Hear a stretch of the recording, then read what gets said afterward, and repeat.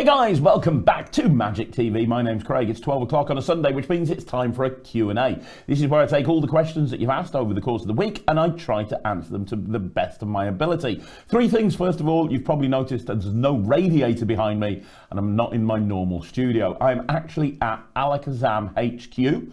And I have been here all week. I left very early with Nemid Phoenix on the Monday morning, and I'm not getting back until the Friday evening. So the only way that I'm going to be able to do this Q&A is filming it at Alakazam. I've spent 2 days filming.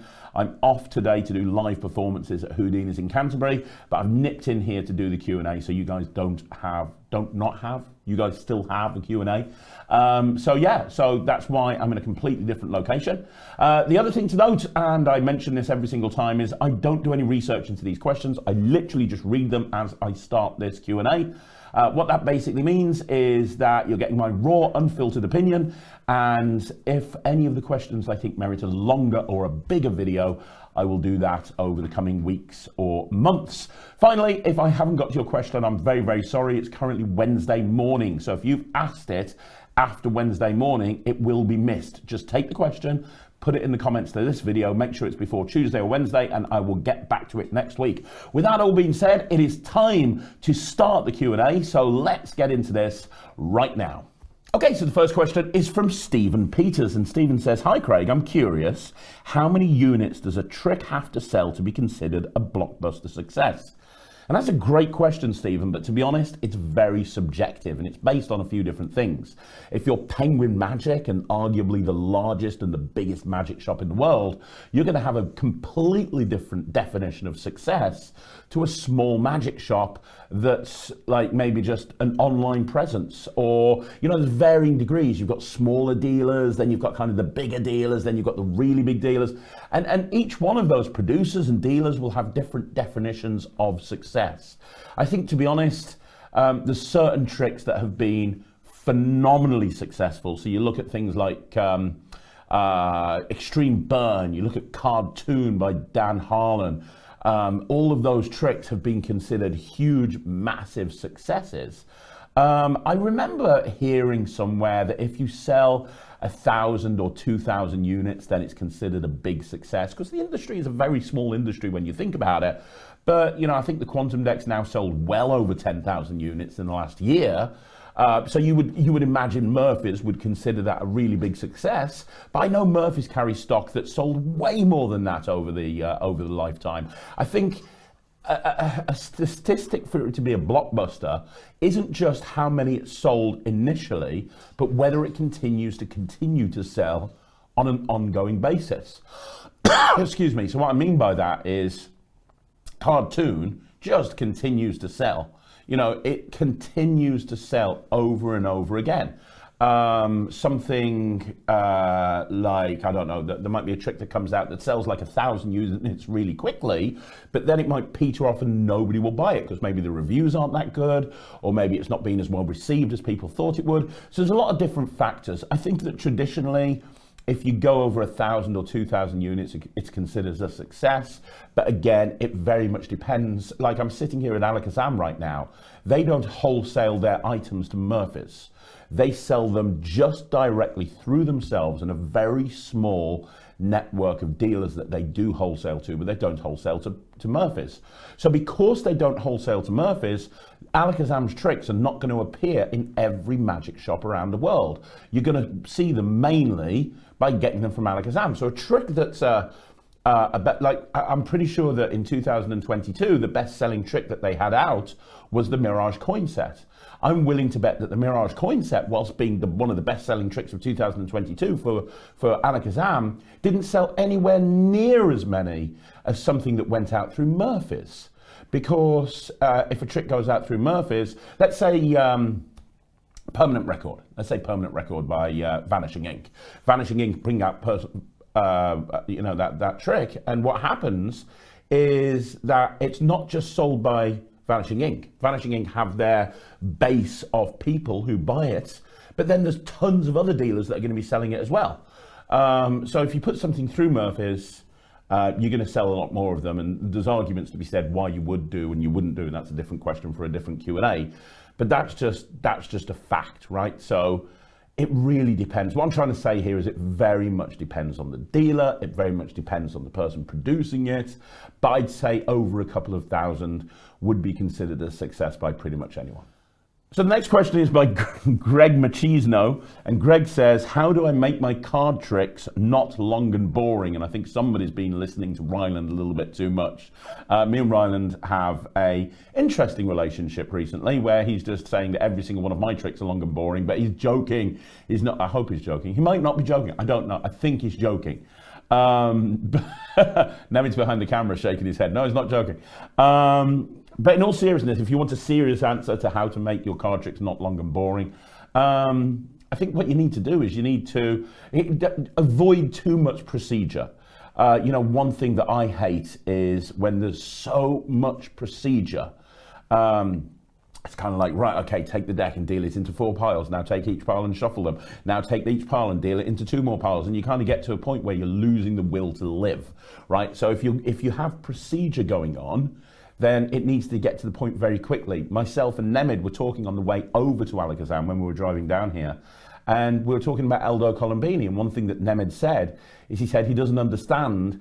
Eldo Colombini had a lot of procedural tricks where there was a lot of dealing, but he made it entertaining, and Eldo did. And one of the ways he made it entertaining was through his voice and his presentation. It was entertaining. Yes, there was stuff going on that's dry, but he made it entertaining. Then you see other performers, and I'm not going to name names, but there's other performers where they'll do a procedural trick and it is long and boring because they're not making the process entertaining. So really you either need to think about the process that's taking place. What is the starting point? What is A? What is the finishing point? What is Z? And then how do you get from A to Z? And if it's long and complicated and convoluted, you either need to make it entertaining, you need to put some sort of storyline into the presentation for it to make sense, or you need to re-examine what you're doing and try to cut some of that procedure out. The other way of doing it is to make it high impact. You know, one of the reasons that Ambitious Card is such a classic and so many people perform it is because every couple of seconds something's happening. Hey, I'm going to put the card in the middle, it's on top. I'm going to put the card in the middle, it's on top. It's impossible, it's very easy and clear to follow, and magic is happening every couple of seconds. It's the same with card to pocket. It's the same with card under box. It's the same with sort of multi-phase sandwich routines. There's lots and lots of moments happening. It's not one thing. So you think of Triumph, for example, it's one thing. You have to go through this whole procedure in order to get to the finale, and the finale is magical. But if you've got a really long procedure to get there, unless you're making it entertaining, it's not going to be as high impact as something like an Ambitious Card where there's no procedure. It's literally, this is your card, you've signed it, it goes in the deck, oh look, it's on top. It goes in the deck, oh look, it's on top again, right? So I think that the way to do it is to cut out the procedure or make the procedure interesting. Okay, so the next question is from Mike Tyson by TKO. Hey buddy, hope you're well. If there was one Mount Rushmore for best all-time magicians and one for mentalists, what would it look like? The best part is thinking about it on the spot. Very tough. Thanks for all you do. I'm a better performer because of you. You're more than welcome, man. Thanks very much for the kind words. This is going to be off the spot, and I'm going to probably think about this for the rest of the day and regret it for the rest of the day and go, oh no, I don't think I'd do that. I think I'd do that. But off the cuff, off the top of my head, mentalists, I'd say Max Maven, Andy Nyman, Michael Murray, and Darren Brown, I think I'd say. And magicians, I would have to go, and again, it's subjective, because what type of magic do you go to? Do you go to close-up magic? Do you do stage magic? I'm just going to go for 4 magicians that I really enjoy performing. I really enjoy watching performing. So I'm going to go for Scott Alexander. I'm going to go for Rune Klan. I'm going to go for Justin Miller, because I can watch that guy over and over again and not get bored. And I'm going to go for Michael Amar. So there you go. Those are my magic and mentalism Mount Rushmore. It will probably change, but that's who I'm going for right now. Okay, so the next question is from Jonah Berg, and Jonah says, what are the top 5 mentalism tricks that you actually perform? My God, top 5 mentalism tricks that I actually perform. Okay, so I'm going to go for gossip, although frankly, I'm currently learning the new Michael Murray version that came out at Blackpool. Not version, it's a completely different thing, but what's it called? What's it called then? Show something. Showreel. I'm currently learning Showreel. I think that will probably take its place, but something like that is really cool. I love celebrity predictions. Trivia is something that I do an awful lot. I love the hook with films. I really do love the hook with films, and that's something I'm very, very proud of. I know I'm going for my own stuff, but that's because I perform it an awful lot. ED Seat is something that I love doing. It makes me feel like a real mentalist. I love doing ED Seat. I'm going to go for, is this a mentalism trick? I don't know if it is. I think it is. Sublime Influence by Michael Murray, the Pepsi reveal. I don't know if would you class that as a mentalism trick, Nam? Mental magic. I'm gonna throw it in there. Sublime Influence by Michael Murray, and then finally, it's tough. I've been learning Pete Turner's star sign divination, like the Propolis Mentalism star sign divination, and I've done it a couple of times and pulled it off successfully, and the reactions that gets is insane. So I'm going to go for that as well, even though I've only just started learning it. Oh, and you know what? I'm going to go for Magician's Graphology from Andy Nyman, and the new version that he's put in his new lecture notes, which I'll be talking about at some point on this channel. But he's got a new version of Magician's Graphology. I'm throwing that in there as well. There you go. Okay, so the next question is from Gareth Hobson. And Gareth says, Craig, you may not remember me, but we spoke about 10 years ago on the phone with you and David Penn. I was representing Morgan Striebler back in the day here in the UK. Wow, okay. I'm going to be honest, Gareth, I don't remember that. But then again, I don't remember yesterday at this point. So please don't be offended. However, I feel it's time now, after so many years, to join the Magic Circle. But is that possible if I don't have anyone to forward me? Love your videos, dude. I watch them every single day when I finish work. Gareth. Yeah, I mean, yes, you can. Yep. There's always going to be somebody that will, kind of put you forward into the Magic Circle. My advice is, if you genuinely don't have anyone you're connected with that are members of the Magic Circle, you could put a post on one of the many Facebook groups inside the Magic Circle and on Facebook, where Magic Circle members hang out, and you could say, hey, I really want to join the Magic Circle. I need a couple of people that will forward me. I don't know anybody that will like vouch for me.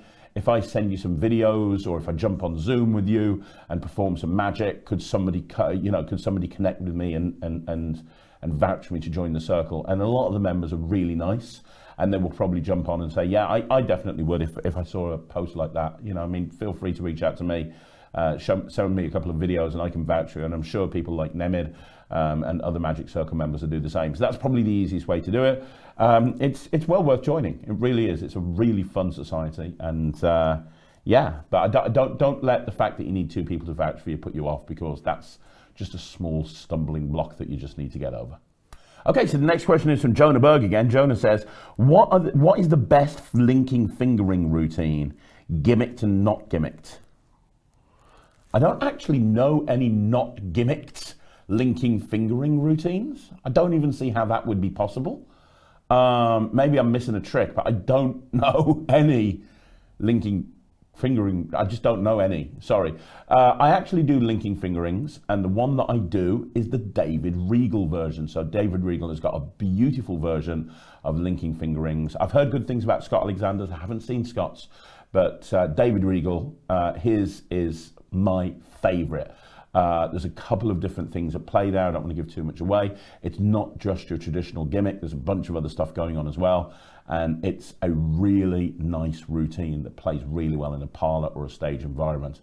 But in terms of linking fingerings ungimmicked, I mean, please tell me where I can find something like that, because that sounds amazing. But I don't know any ungimmicked linking fingering routines. Before I get to the next question, just on a side note, Nemij just told me that the best linking fingering routine he's seen was on Mark Pull's Alakazam Academy, and apparently that's a good one. I haven't seen that one, but Nemid behind the camera in between the questions said that's the best one he's seen. So there you go. The other one to recommend on behalf of Nemid is the Mark Paul one from, you can get it on his Alakazam Academy. Anyway, moving on.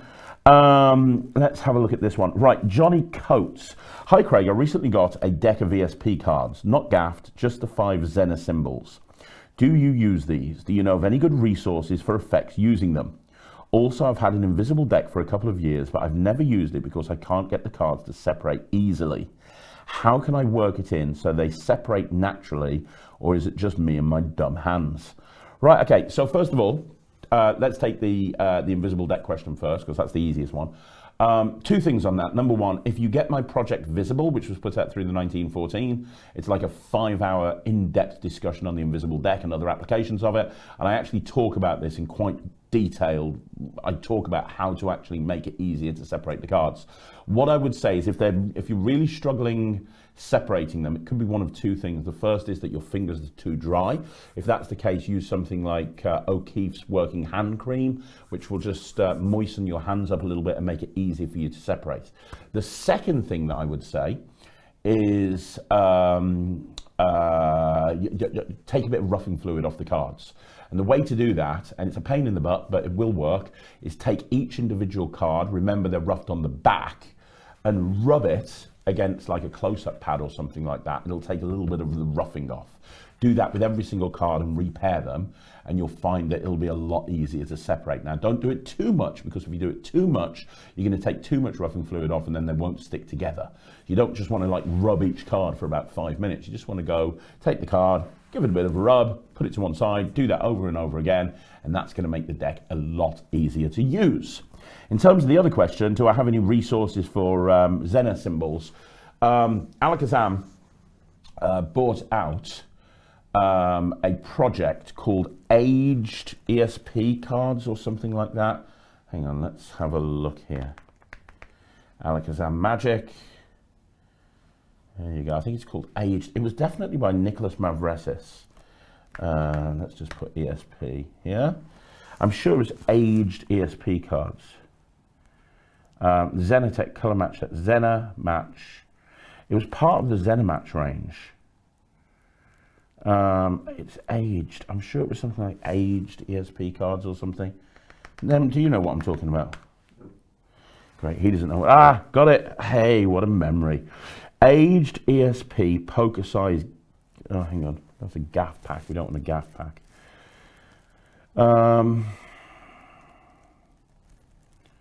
So an Aged ESP, right? It's called Aged ESP. Aged ESP. There we go. Right, there's a few here. Aged ESP Cards, Poker Size by Alakazam Magic. Each deck you receive a special link so you can access well over an hour of video tutorial. It's a regular deck of Aged ESP cards, and they're marked as well. But there's some amazing routines on that project. Some really, really good routines by both Peter Nardi, Jamie Dawes, and Nicholas Mavresis. And that's some of the best routines I've seen for ESP symbols. I do a fair bit with ESP cards, hence the reason I have on my arm the ESP symbols. Although these days I actually use something else instead of ESP cards, but you'll see that at some point down the road. Nemid is sitting behind the camera here while I'm filming this Q&A, and him and I, ironically, were talking about ESP routines yesterday, and his favorite type of routine is a jazz ESP matchup, right, Nem? Yeah. And where's the best place to get that or learn that? Michael Murray's Submodalities. Michael Murray's Submodalities. So Nemid is really great at doing ESP matchups, but he does the jazz version where it changes every single time, and I've seen him do it over and over again, and it's brilliant. Like, it blows people away. And he learned most of those techniques from Michael Murray's, what was it again, mate? Submodalities. Is that from the Mind FX store? I don't know, it's a very old DVD. Okay. Try reaching out to Michael Murray on Mind FX and you'll probably be able to find that. But yeah, those are some sources for you, so hopefully that will help. Okay, so the next question is from Benoit P, and Benoit says, "Hi Craig, First, let me point out that before knowing you, I was not into coin magic. I was cards, mentalism, and kids magic. So a big thank you for introducing me to coin and money magic. For example, your Alakazam Coin Magic Academies have opened everything for me on coin and money magic to the point where I'm seeking specific coin gimmicks or routines. And believe me, I now have quite a collection. That's amazing, because the reason I'm doing all of these coins projects with Alakazam is to get more people into coin magic, so that's great. My question is about Danny Goldsmith, otherwise known as Coin Jesus over here in this part of the world. My mouth went to the floor when I saw his coin slides, which I've never seen before. Do you know Danny Goldsmith? Have you ever met him? And what do you think about his beautiful slides? Can you do them as well as him? Thanks. Nobody can do Danny's slides as well as Danny. Nobody. I was talking with Peter Nardi and Nemid about this a couple of days ago, and I actually said, if ever I get an ego, if ever I start thinking, I'm really good at this coin magic stuff, I just sit down and watch some Danny Goldsmith for 10 minutes, and then I realize I'm just rubbish. Danny is just the guy as far as I'm concerned. Every genre of magic has it. In my opinion, Pete Turner is right at the top of the game when it comes to mentalism. You've got, you've got card magic. You've got arguably, gambling demonstrations. People like Jason Ladani and Darwin Ortiz. He's the guy when it comes to coin magic. Him. If you had a Mount Rushmore of coin magicians, I think it'd be him. I think it'd be Justin Miller. Probably David Roth. Jeff Latter, but he'd definitely be on there. So no, I can't do his stuff as well as him, but I don't want to. A lot of the stuff that I bring out as a coin magician, it's designed for me, for my own personality, for my own style of performance. It works for me. And a lot of this really fancy stuff that happens here, I love it. I love watching it, but it's not something that I would personally want to do. And if I did want to do it, I'd probably learn it, and I haven't learned it. I do love watching Danny and learning from him. Yes, I know him. I've interviewed him on this channel. If you haven't seen that interview, go check it out. Just search Magic TV Danny Goldsmith. You'll see the interview. It was about 4 hours long.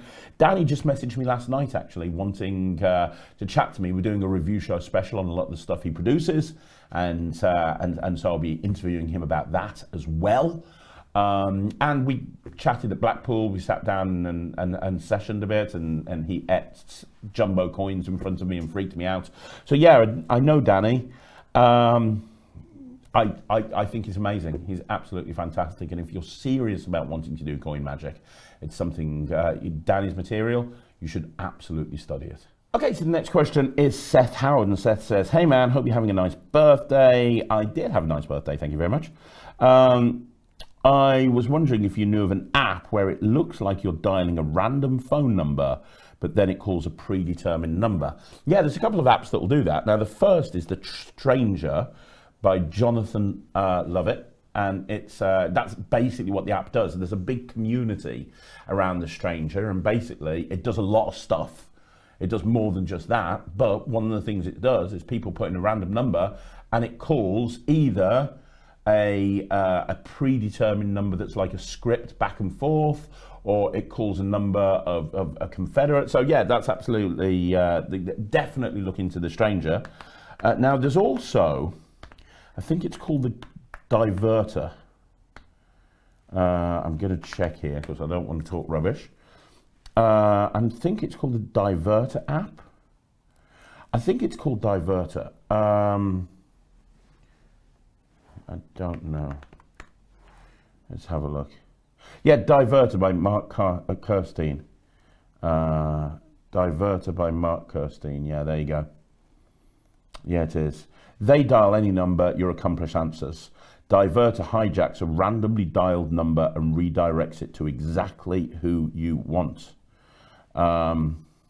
Like something out of a CIA spy novel, the spectator can dial any number and call it, but in a millisecond, Diverter hijacks the call and sends it to your accomplice. So yes, absolutely. The other way of doing it is the Diverter. I believe the Diverter is a lot cheaper than Stranger because Stranger does more, I think. I'm not too sure. But I have got the Diverter app, and it is very, very good. I can highly recommend Diverter by Mark Kirstein. So just Google Mark Kirstein, Mark with a C, Kerstein, and you'll have a link in there, or you just search the App Store for Diverter. It's only iPhone, I'm afraid, not Android, but that's a really great app that will do exactly what you're wanting it to do. Okay, so the next question is from, who's this? Boba Luna. Hi, Boba.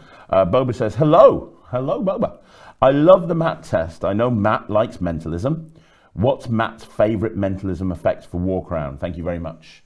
Great question. I know he does trivia an awful lot. He learnt it for my booth at Blackpool. He was demming on my stand at Blackpool and he learnt trivia. And off the back of learning it, I know he does that a lot. I also know he does ED Seat. But he can get like 25 minutes out of a Sty Stebbins deck, really. You know, if you've ever seen Matt, he does an awful lot with the Sty Stebbins deck. He does some of the routines from my Beyond Stebbins project. He uses the Anverdi die a lot, as a lot of mentalists do. I know he's just been playing around with Devil's Cup. It's not really strolling because you need a table, but I know that he really loves that and he's been using that. He uses that Jay Sankey trick that I gave a really bad review to.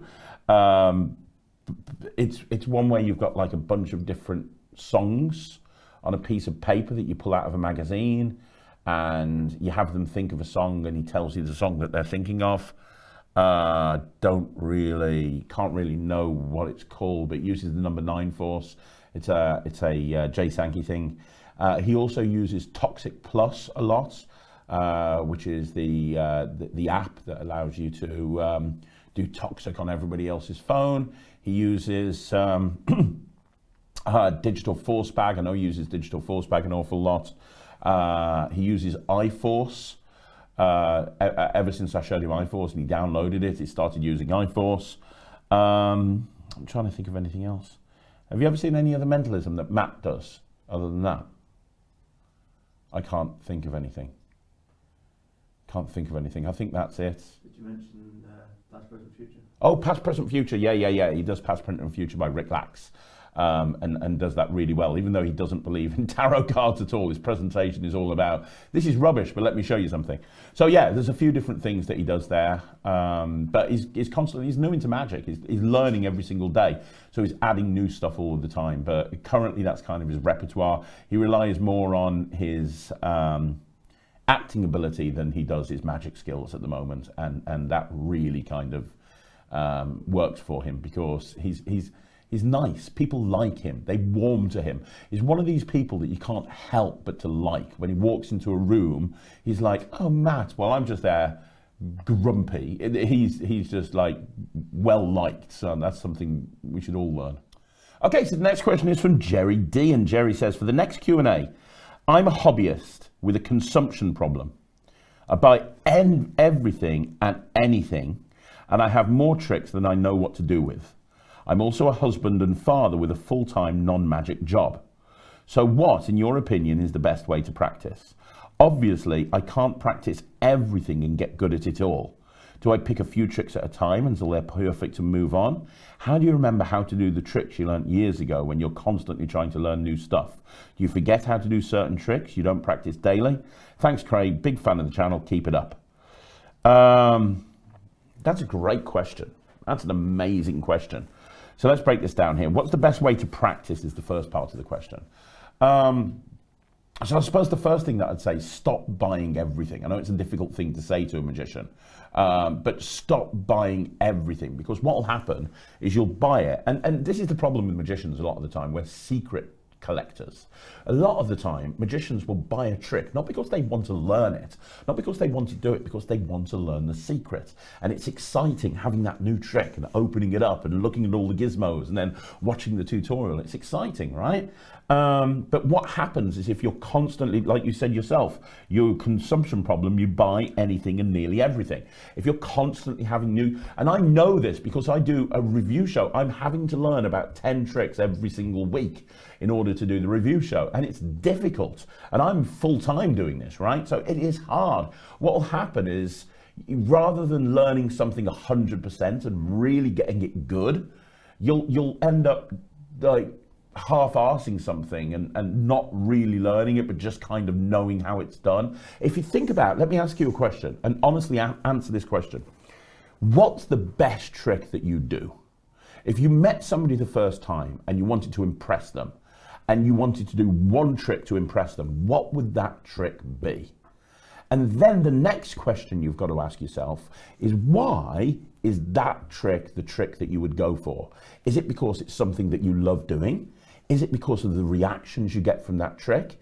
Is it because you can do it inside out and back to front without thinking about it? Why do you love that trick? Because whatever the answer is, that's what you need to focus on. So for me, it would be coins across. Why would it be coins across? It's because I love coin magic, and I've done it a million times, and I know it gets really great reactions. That tells me I love doing magic that gets really great reactions, and I love coin magic. So if I was in a situation where I could only learn certain things and I've only got a limited amount of time, because I'm a father, I'm a parent, I work full time doing something that's not magic, if I had limited time, I would focus on the stuff that I enjoy doing, because ultimately at the end of the day, magic is a hobby. Yes, we get to perform to people, and that's fun and that's exciting, but ultimately at the end of the day, magic is a hobby.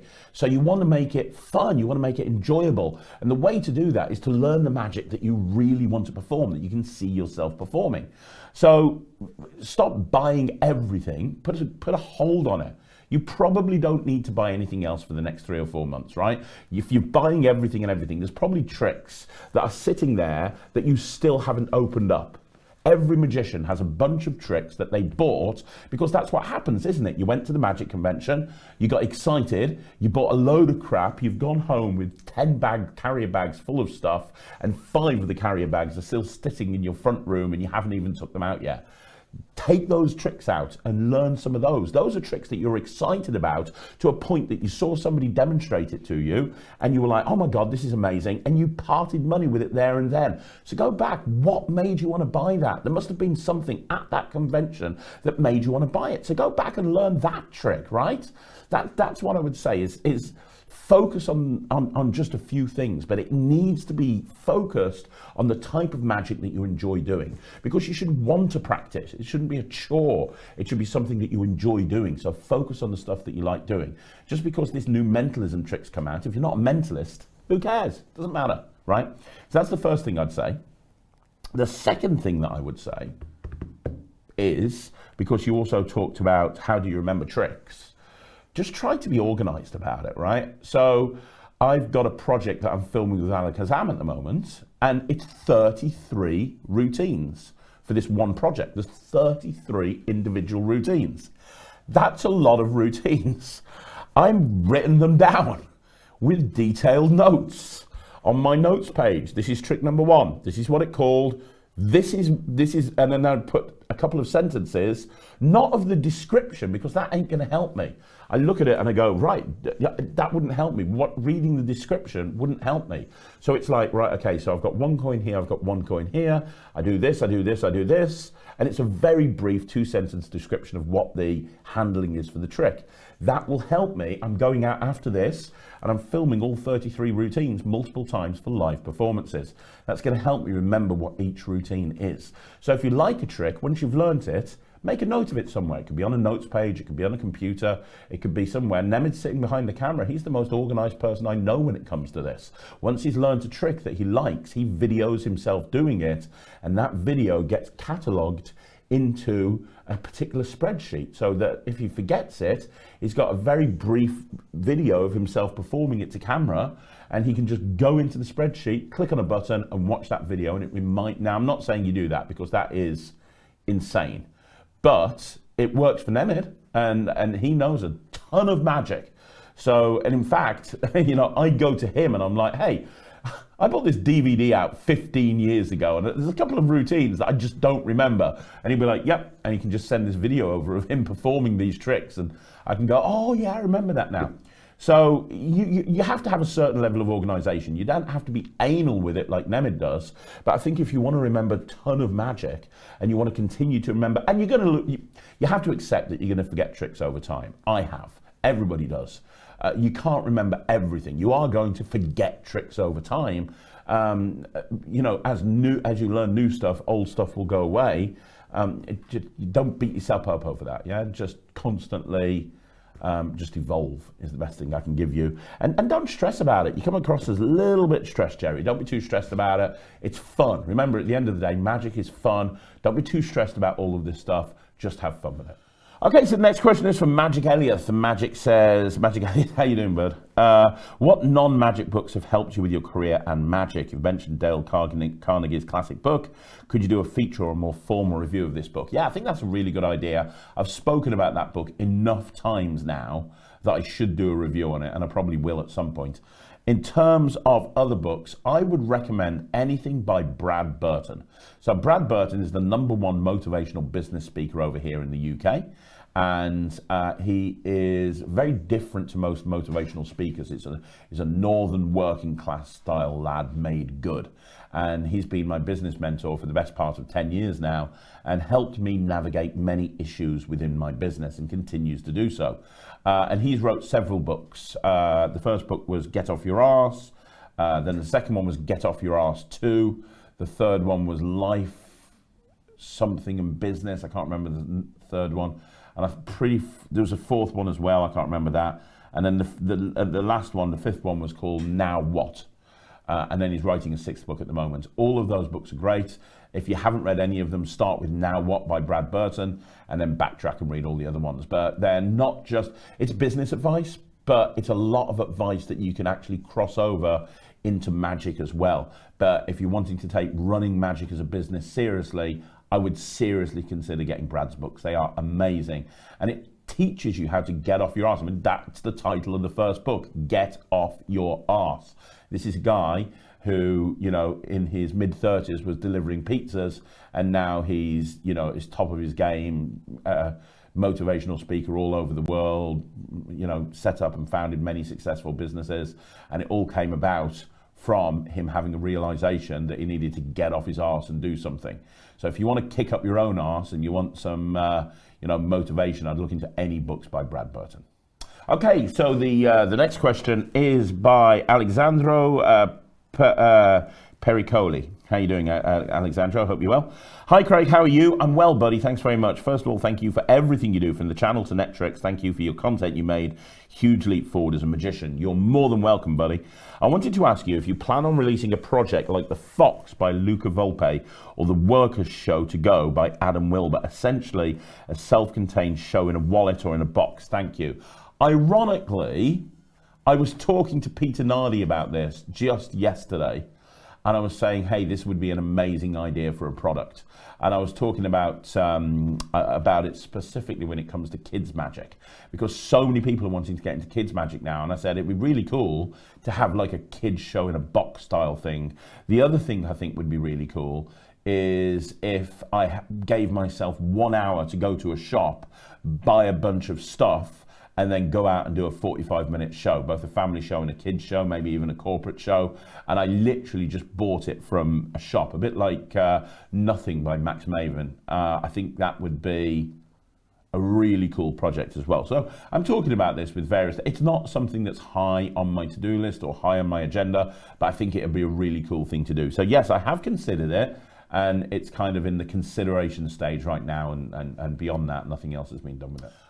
Okay, so the next question is by David Blaine. Hey David, hope you're well. David says, can you do a list of the best no palm card to wallets that looks like a normal everyday wallet we carry in our jeans pocket, etc.? Thanks again for answering all these questions. Yeah, the best no palm card to wallet, I would say, is the Orphic Plus. Now, a lot of people think of this as a palmed card to wallet because you can load a palmed card into there. But on the tutorial, I actually spend a great deal of time teaching a bunch of stuff that you can do that doesn't require palming. And one of them, 2 routines, are 2 card to wallets that don't require palming, that are really, really cool. So I'd recommend an Orphic Plus. That's a really great way of doing it. And then it does look like a normal wallet depending on the one you get, but I'd say the Mullica wallet. You got to get the right type of Mullica wallet, because some of them just don't look like a normal wallet. But if you get the right type of Mullica wallet, then that can look like a normal wallet, and that is one of the best no palm wallets ever invented. There was one that I'm sure was put out by somebody like Paul Harris. Say again? Sean Farquhar? Oh yeah, I'll talk about that in a minute. Actually, good point, Nemid. I'm so glad Nemid's here. We have to have him here in every Q&A. There you go. It was this one, Mullica wallet. There you go.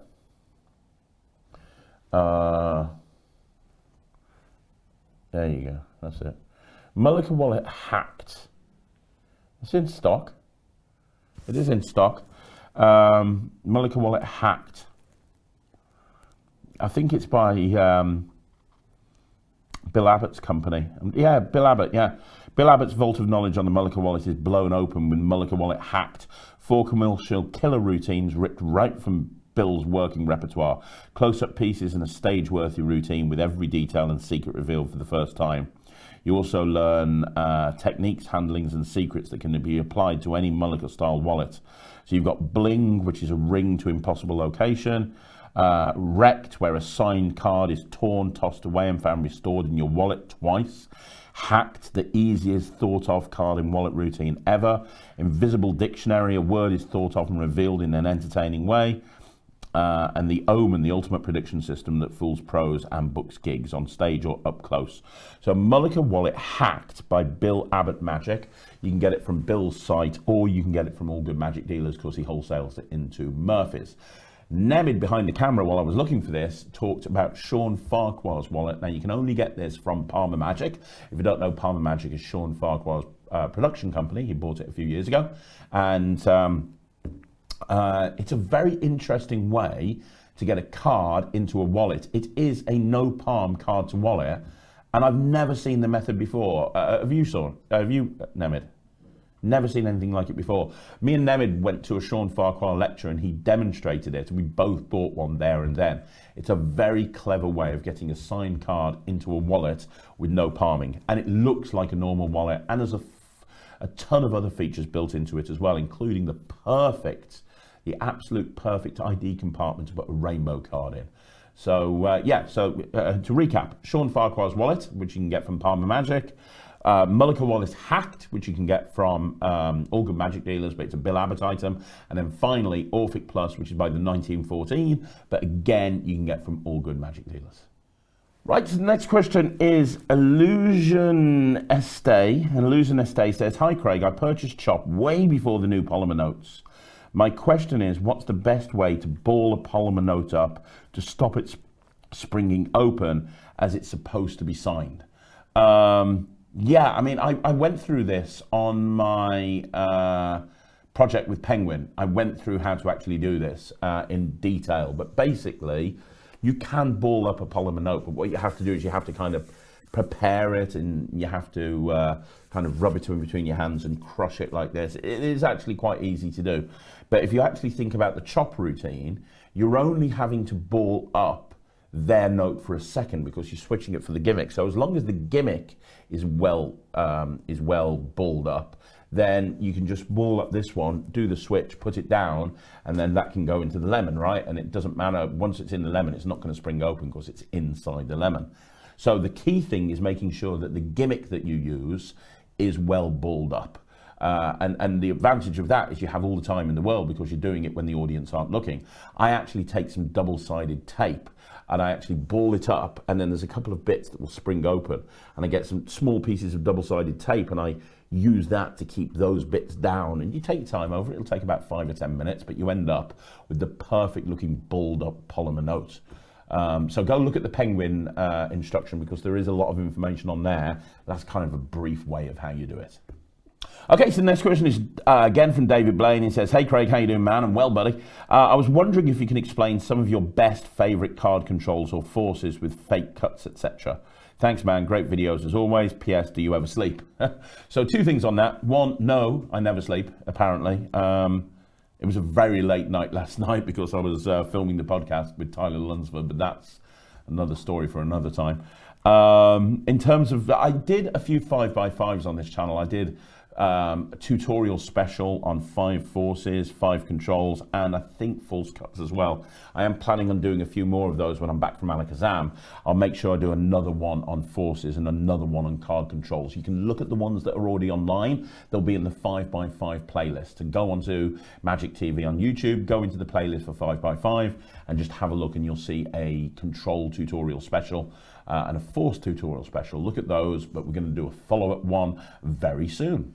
Okay, so the next question is from William Inns, and William says, "Hi Craig, when's the next video about Mr. Blonde coming?" It is coming, it's coming soon. I've had a very busy month. I've been all over the place this last month. I've not sat still for more than 2 minutes. And I need time to kind of put all that together. I want this to be a very factual video. There'll be no ranting, there'll be no swearing, there'll be no nothing like that. It's going to be a very factual video. It is coming, and it is coming at some point relatively soon. I just don't want to rush it out. So keep watching. You will see it. Okay, so the next question is from Jonah Berg again. Jonah says, "What's your top 5 penguin lives? What are your top 5 penguin lives?" Good grief. Help. Okay, and again, this is a little bit like the Mount Rushmore question in that it'll probably change between now and next month. But 5, G has to be in there. G's was absolutely incredible. I love G's.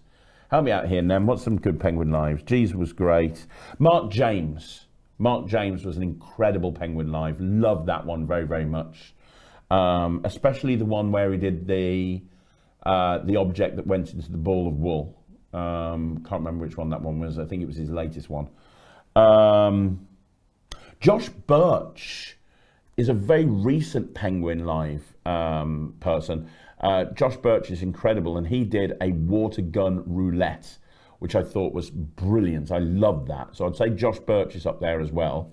So Josh Birch. John Archer was incredible. I do John's presentation of the Mental Epic board, you know, the Magic Square. I do John's presentation of that, and I absolutely love it, and I do it a lot, especially in Cabaret. So that for me was worth it. I've done that in so many gigs now. That was probably the best Penguin Live in terms of something that I've got that I actually use. And then who's the guy that does the dancing cane with the broomstick? Is it Xavier Mortimer? Sounds right. Yeah, I think it's Xavier Mortimer. His was great. Very different to all the others that I said, but very, very good. Eric Tate was great as well, to throw a couple more in there. Morgan and West, well done them. Yeah, that was a great one. Morgan and West were brilliant. Bill Abbott's was very, very good. He won the Penguin Live of the Year last year, and Adam Wilbur, who won it the year before. Both Adam Wilbur and Bill Abbott's were good. And then finally, I'll say Kyle Purnell, who had the best. Kyle's Penguin Live had the best information about how to be creative I've ever seen. If you're interested in how to create magic and how to be more creative, half of his lecture was about that, and he had a very practical demonstration that I thought was brilliant. So I'd also check out Kyle Purnell if you haven't seen it. That was golden. Okay, so the next question is from Adrian Suter, and Adrian says, "Hi Craig, have you got some ideas for impromptu or tricks that play for 10 to 50 people audiences? I do Wes Isley's Flip, which is awesome, but there must be more tricks that work well in such a setting." Okay, so up to 50 people in an audience, impromptu, so you've got nothing on you. Flip is a great shout. Chairs, which was sold by Bill Abbott. I do chairs in so many shows. All you need is 4 chairs and 4 members of the audience, and it's a 10-minute piece that is just hilarious. I've actually done it on stages for up to like 1,000 people. So chairs, I would say first off, is great. It is magic-y, but it's more juggling than magic, but it's entertaining. It's a really entertaining routine. Works for that many people brilliantly, and all, like I say, you need is 4 chairs. Also, I would say paper balls over the head. Slidini's paper balls over the head. is a really great way of doing it. And if you're going to do paper balls over the head, borrow some napkins, and you can do like a sponge ball routine with napkins. So you can ball up two of the napkins, and you can start with like a sponge balls routine using napkins and borrowed napkins, one in the hand, two in the pocket, two in the hand, that sort of thing. And then you can finish off by doing paper balls over the head. And finish off with that, and that would be a great piece to be able to do to a lot of people. That would work great. On Richard Osterland's Mentalism DVDs from L&L Publishing, the first ones, not the second ones, he has a really nice prediction of a time. So he borrows a watch, and he tells them he's going to set it to a particular time. Well, actually, he gets somebody to think of a time. So somebody thinks of a time, he borrows somebody else's watch, and they turn it randomly. They just turn it randomly. He holds it in his hand and he's like, right, what's the time you're thinking of? Boom! And they've set it themselves to the correct time. That plays really big. And all you need is a piece of card or a piece of paper, a pen and a watch, and you're good to go. Have you got any, Nem? Hoy book test. Any impromptu book test? You got the Hoy book test, 2 book tests. Oh, is that the one you were talking to me about the other? Yeah, okay, good shout. So yeah, you were mentioning this is a book test that Nem actually does. It's an impromptu version of the Hoy book test. Is that right, Nem? The Hoy book test is an impromptu version. Okay, so it is impromptu. Sorry, yeah. I'm not as into book tests as Nem it is. Basically, the idea is that you borrow 2 books, right? And you throw one out to the audience, whichever one you want. You have somebody else pick a number from the other book. They look up the word in that book that they're holding on to, and you tell them the word, right? Well, that's it. And the method briefly is, and you want to kind of get this if you want to, but the method briefly is you borrow 2 books, and as you're flicking through them to show that they're all different, you memorize the first word on one of the pages. So like 74, you look at it, and you memorize the first word on page 74, for example, in one of the books, right? So then they name a book and you equivoke them so that you end up throwing them the book on the with the page with the word that you've memorized. Then you take the other book and you have somebody say stop, and wherever they say stop, you look at it and you go, okay, so you've stopped on page 74 and you miscall it, and then you say, have a look at 74, have a look at the word there. Now think about this for a minute. You could have ended up on any page number. I've never seen these books before. No way I can know the word, and then you proceed to tell them the word. Is that pretty much it, then? Yeah? Yep. I'll do that, okay. So yeah, that's a really great shout, So I'd say the book test, the Hoy book test as well. But yeah, so there you go. That gives you a few bits and pieces that you could do there. If you want more, let me know. So there you go, guys. That is another Q&A in the bag, live right here from Alakazam HQ. Thank you once again for joining me right here at Unmagic TV. Do me a favor, if you want to see more videos like this, like the video, subscribe to the channel, leave a comment down below. Don't forget to leave your questions down below. Get them in for Tuesday or Wednesday, ready for next week's Q&A. There will be a review show special later on this evening, so look out for that. And one last thing, if you want to support me and you want to find out more about the Netrix, please go to www.thenetrix.com. That's www.thenetrix.com. It's my online streaming platform. Literally, we're coming up on about 500 tricks now, even more if you count sleights and moves and business advice and stuff.